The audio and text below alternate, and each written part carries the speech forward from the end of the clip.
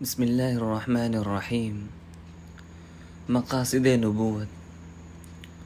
تزکیہ مقاصد بعثت نبوت میں سے ایک مقصد ہے۔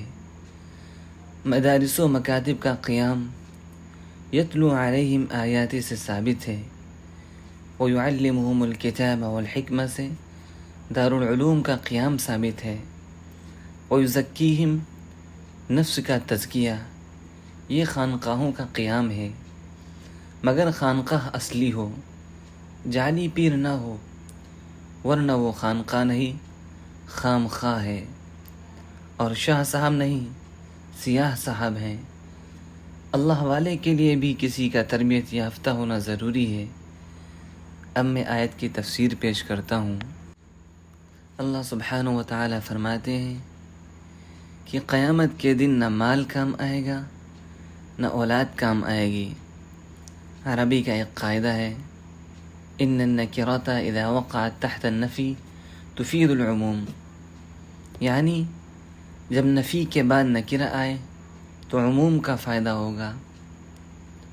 مال ولا بنون، دو نکرہ استعمال فرمائے، یعنی مال اور اولاد قیامت کے دن کچھ بھی مفید نہ ہوگا، جس پر مولانا محمد احمد صاحب رحمۃ اللہ علیہ کے دو شعر سناتا ہوں۔ مال و اولاد تیرے قبر میں جانے کو نہیں، مال و اولاد تیرے قبر میں جانے کو نہیں، تجھ کو دوزخ کی مصیبت سے چھڑانے کو نہیں، جز عمل قبر میں کوئی بھی تیرا یار نہیں، جز عمل قبر میں کوئی بھی تیرا یار نہیں، کیا قیامت ہے کہ تو اس سے خبردار نہیں۔ ہر شخص کا جنازہ یہ کہتا ہے، شکریہ اے قبر تک پہنچانے والو شکریہ، اب اکیلے ہی چلے جائیں گے اس منزل سے ہم۔ دوسرا جنازہ یہ کہتا ہے، دبا کر قبر میں سب چل دیے دعا نہ سلام، دبا کر قبر میں سب چل دیے دعا نہ سلام، ذرا سی دیر میں کیا ہو گیا زمانے کو، آ کر قضا باہوش کو بے ہوش کر گئی، آ کر قضا باہوش کو بے ہوش کر گئی، ہنگامہ حیات کو خاموش کر گئی۔ جب تک زندگی ہے بیٹے کی شادی ہے، بیٹے کی شادی ہے، بیٹی کی شادی ہے، فلاں مکان فلاں دکان۔ میں اس کو منع نہیں کر رہا ہوں، لیکن بتلا رہا ہوں کہ آنکھ بند ہوئی اور سب کھیل ختم ہو جائے گا۔ دنیا کی ساری ضرورتوں کو پورا کرتے ہوئے ہم اللہ کی محبت کو سب پر غالب رکھیں۔ دنیا اور آخرت کا امتزاج مولانا رومی رحمۃ اللہ علیہ نے سمجھایا کہ دنیا کو ہم کس طرح ساتھ لے کر چلیں۔ جیسے کشتی پانی کے اوپر رہتی ہے تو کشتی چلتی ہے، لیکن اگر پانی کشتی کے اندر گھس جائے تو کشتی ڈوب جاتی ہے۔ اگر دنیا نیچے رہے اور اللہ کی محبت اور آخرت غالب رہے تو بہترین آخرت رہے گی، کیونکہ وہ دنیا آخرت کے کام آئے گی۔ لیکن اگر دنیا کا پانی آخرت کی کشتی میں گھس گیا تو وہی پانی جو کشتی کے چلنے کا ذریعہ تھا کشتی کو ڈوبے دے گا۔ آب در کشتی ہلاک کشتی است، آب در کشتی ہلاک کشتی است، آب اندر زیر کشتی پشتی است۔ پانی کشتی کے اندر آ جائے تو کشتی ہلاک ہو جائے گی، اور پانی کشتی کے نیچے ہے تو کشتی چلتی رہتی ہے۔ علامہ آلوسی رحمۃ اللہ علیہ فرماتے ہیں کہ دنیا کو مطلق بری نہ کہو، کہتے ہیں کہ دنیا پر لات مارو، دنیا پر لات مارو، لیکن اگر 3 وقت کھانا نہ ملے تو مارنے کے لیے لات بھی نہ اٹھے گی۔ علامہ آلوسی رحمۃ اللہ علیہ فرماتے ہیں کہ دنیا وہ بری ہے جو ہمیں نافرمانی میں مبتلا کر دے۔ وَإِن جَعَلْتَ الدُّنْيَا ذَرِيعَةَ الْآخِرَةِ وَوَسِيلَةً لَهَا فَهِيَ نِعْمُ الْمَتَاعُ، اور اگر دنیا کو آخرت کا ذریعہ بنا دو تو دنیا بہترین متاع ہے، بہترین سامان ہے۔ إِلَّا مَنْ أَتَى اللَّهَ بِقَلْبٍ سَلِيمٍ، مگر جو قلب سلیم اللہ تعالیٰ کے یہاں پیش کرے گا۔ جنت قیامت کے دن بغیر عذاب اسی کو ملے گی جو بغیر حساب بخشا جائے گا۔ اب قلب سلیم کیسے ہوگا؟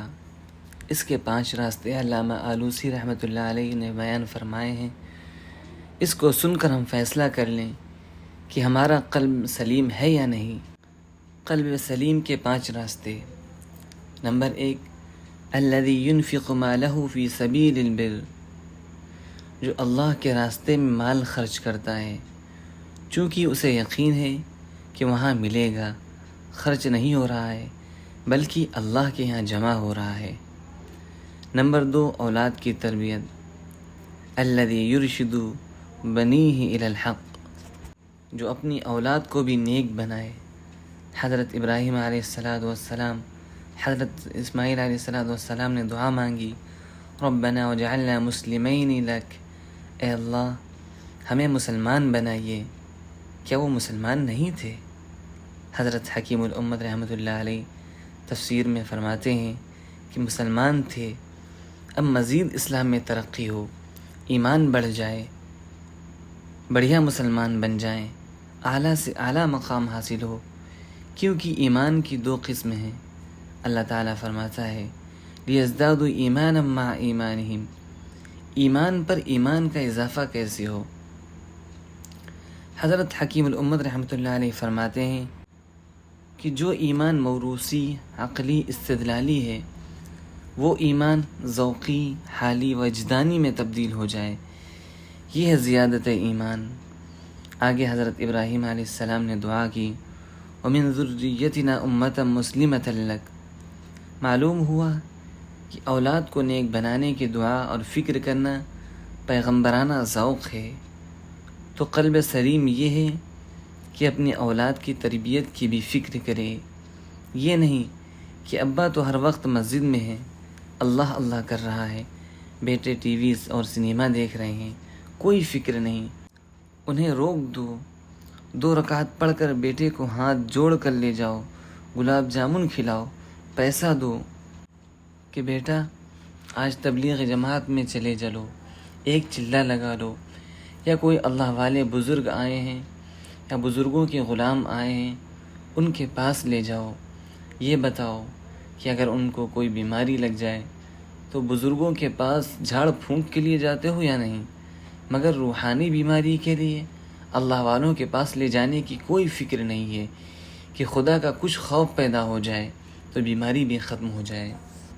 نمبر 3، غلط عقیدوں سے پاکی، الذی یکون قلبہ خالیا عن العقائد الباطلہ، جس کا دل باطل عقیدوں سے پاک ہو، ایسا عقیدہ نہ ہو کہ پیروں سے بیٹا وغیرہ مانگنے لگے۔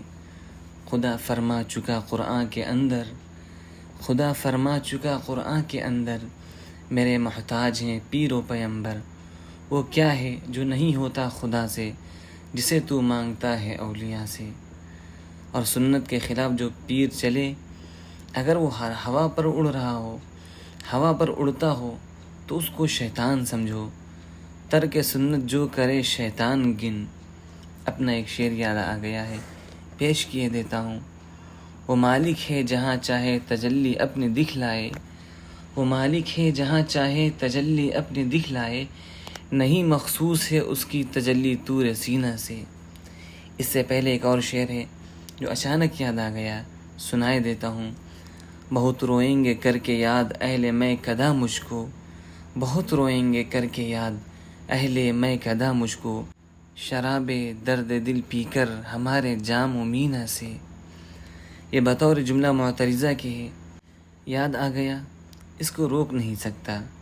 جیسے کھاتے کھاتے اچانک مرنڈا یا 7 اپ آ جائے تو کیا اس کو نہیں پیتے؟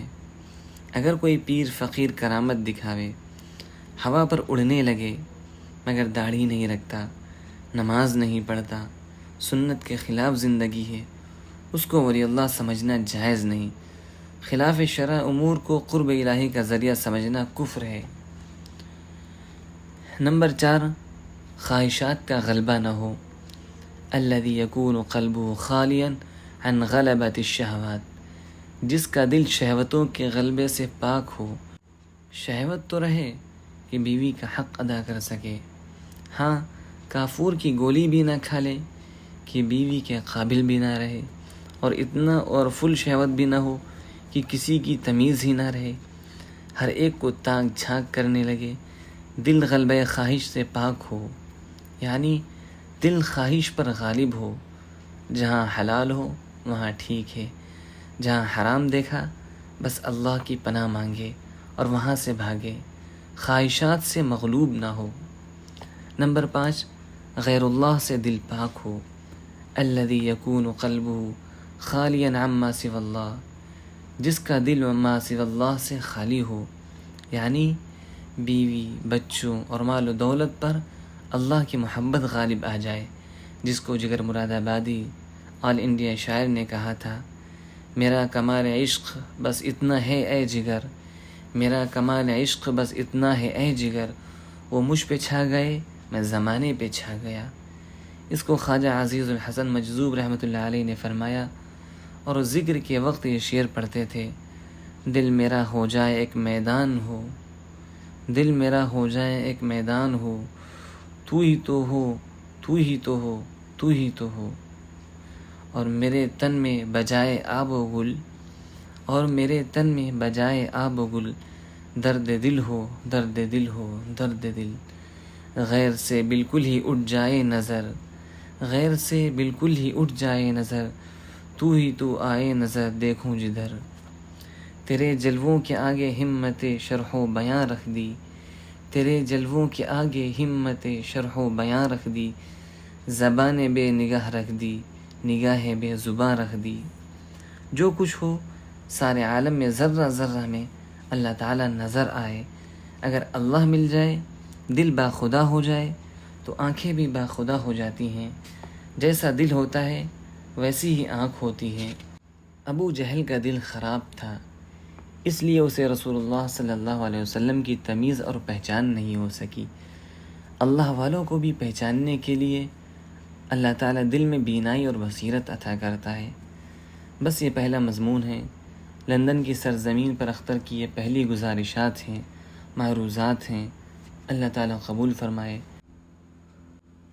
کل نفس ذائقۃ الموت، ہر نفس کو موت کا مزہ چکھنا ہے، اس لیے ہر شخص کو موت سے قبل اپنی فائل یعنی معاملات کو درست کر لینا چاہیے۔ حضرت عبداللہ بن عمر رضی اللہ عنہ فرماتے ہیں کہ ایک صحابی نے سوال کیا، یا رسول اللہ، سب سے زیادہ سمجھدار آدمی کون ہے؟ فرمایا کہ جو موت کے لیے ہر وقت تیاری میں مشغول رہتا ہے اور جو موت کو کثرت سے یاد رکھتا ہو۔ حضرت عمر بن عبد العزیز ایک مرتبہ ایک جنازے کے ساتھ تشریف لے گئے اور قبرستان میں پہنچ کر علیحدہ ایک جگہ بیٹھ کر سوچنے لگے۔ کسی نے عرض کیا، امیر المؤمنین، آپ اس جنازے کے ولی تھے، آپ ہی علیحدہ بیٹھ گئے؟ فرمایا، ہاں۔ مجھے ایک قبر نے آواز دی اور مجھ سے یوں کہا کہ اے عمر بن عبد العزیز، تو مجھ سے یہ نہیں پوچھتا کہ میں ان آنے والوں کے ساتھ کیا کیا کرتی ہوں؟ میں نے کہا، ضرور بتا۔ اس نے کہا کہ ان کے کفن پھاڑ دیتی ہوں، بدن کے ٹکڑے ٹکڑے کر دیتی ہوں، خون سارا چوس لیتی ہوں، گوشت سارا کھا لیتی ہوں، اور بتاؤں کہ آدمی کے جوڑوں کے ساتھ کیا کرتی ہوں؟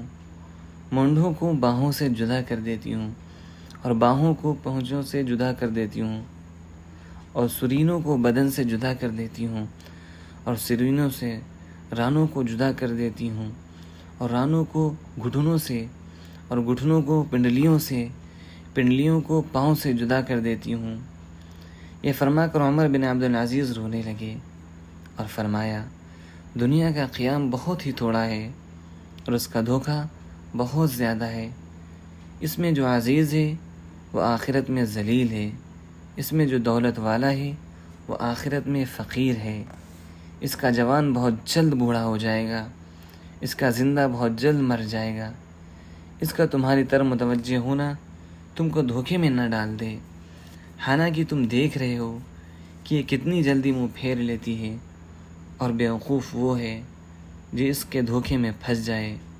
کہاں گئے اس کے دل دادا جنہوں نے بڑے بڑے شہر آباد کیے، بڑی بڑی نہریں نکالیں، بڑے بڑے باغ لگائے، اور بہت تھوڑے دن رہ کر سب چھوڑ کر چل دیے، اور اپنی صحت و تندرستی سے دھوکے میں پڑے کہ صحت کے بہتر ہونے سے ان میں نشاط پیدا ہوا اور اس سے گناہوں میں مبتلا ہوئے۔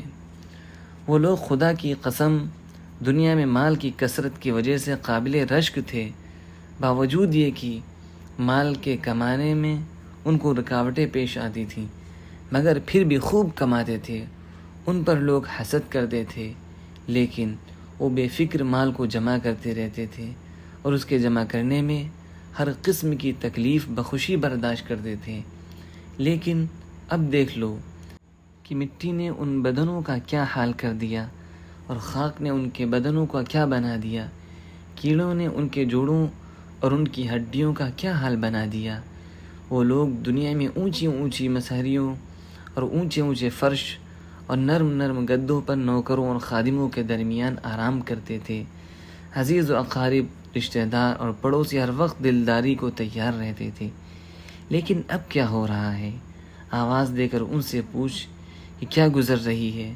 غریب امیر سب ایک میدان میں پڑے ہوئے ہیں۔ ان کے مالدار سے پوچھ کہ اس کے مال نے کیا کام دیا، ان کے فقیر سے پوچھ کہ اس کے فقر نے کیا نقصان دیا، ان کی زبان کا حال پوچھ جو بہت چہکتی تھی، ان کی آنکھوں کو دیکھ کہ دنیا میں وہ ہر طرف دیکھتی تھیں، ان کی نرم نرم کھالوں کا حال دریافت کر، ان کے خوبصورت اور دلربا چہروں کا حال پوچھ کہ کیا ہوا، ان کے نازک بدن کو معلوم کر کہاں گیا اور کیڑوں نے کیا حشر کیا۔